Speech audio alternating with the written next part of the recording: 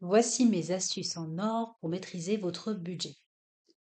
Maîtriser votre budget 2025-2026 va vous permettre de réduire, voire supprimer les dépenses inutiles. En épluchant vos comptes, vous allez pouvoir identifier les dépenses inutiles. Par exemple, vous allez pouvoir vous rendre compte que vous n'avez plus besoin de certains abonnements, Netflix, Spotify, etc., etc.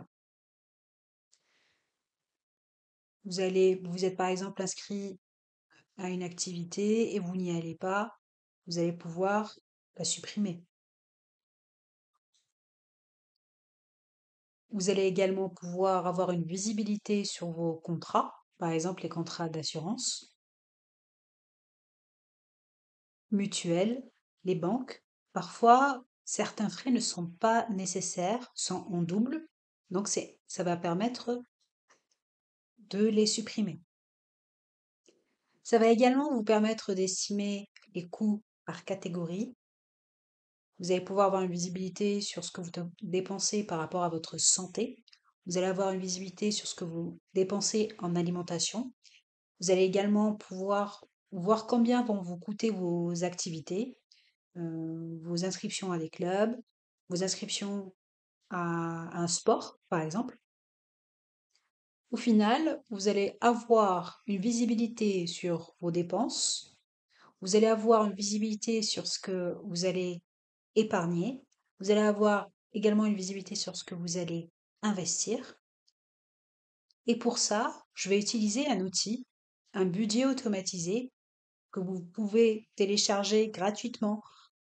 Je vais vous mettre le lien en barre de description. Il sera gratuit pendant une semaine, donc n'hésitez pas. Autrement, si vous regardez cette vidéo à plus d'une semaine, il sera quand même disponible à prix réduit sur le site mesoutils.qse.com. Pour maîtriser votre budget, ce qui va être intéressant, c'est que vous ayez une visibilité sur vos revenus, votre salaire, vos business si vous en avez, vos activités secondaires, vos dividendes, vos livrets, ce que vous rapportent vos livrets. Faire un suivi sur vos dettes, si vous avez des dettes.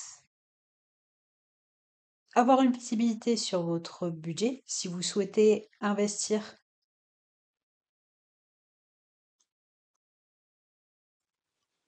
Avoir une visibilité sur vos dépenses variables, vos dépenses fixes.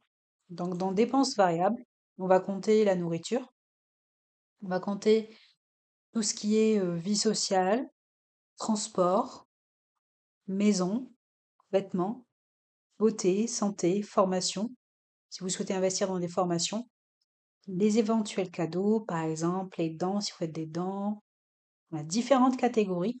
Vous êtes libre donc de lister et d'adapter les dépenses à vos besoins selon votre train de vie. Petit aparté, les transports, on pourrait le mettre dans les dépenses fixes. Si par exemple on prend les transports en commun et qu'on a un abonnement, je l'ai mis dans les variables puisque je compte le prix du carburant. Ensuite, on peut également avoir les dépenses fixes. Ensuite, on a également les dépenses fixes. Dans les dépenses fixes, on va avoir les abonnements, Internet, électricité, eau, téléphone, assurance habitation, gaz, loyer, catégorie. Spotify, les abonnements Spotify et Netflix. Et on a aussi tout ce qui est tracker d'investissement. Tout ce que vous avez en investissement ou que vous souhaitez investir. Ces catégories, on va les remplir dans la liste des transactions. Donc, par exemple, pour nourriture, je suis à 286. Cela fait partie de mes dépenses variables. Donc, ça va être listé dans la colonne réelle. Et puis, je pourrais également noter ce qui est prévu.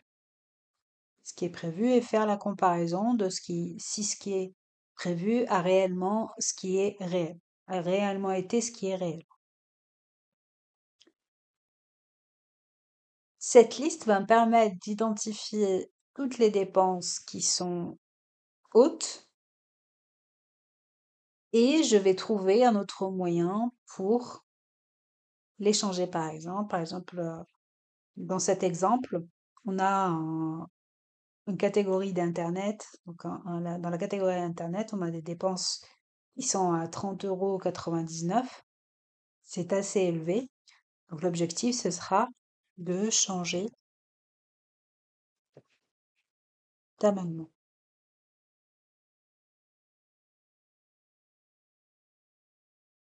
Tout à gauche, vous avez une visibilité sur votre cash flow. Ça va vous permettre de calculer votre cash flow. Vous avez également une visibilité sur la répartition des sources des revenus, la répartition des dépenses, la répartition des allocations réelles.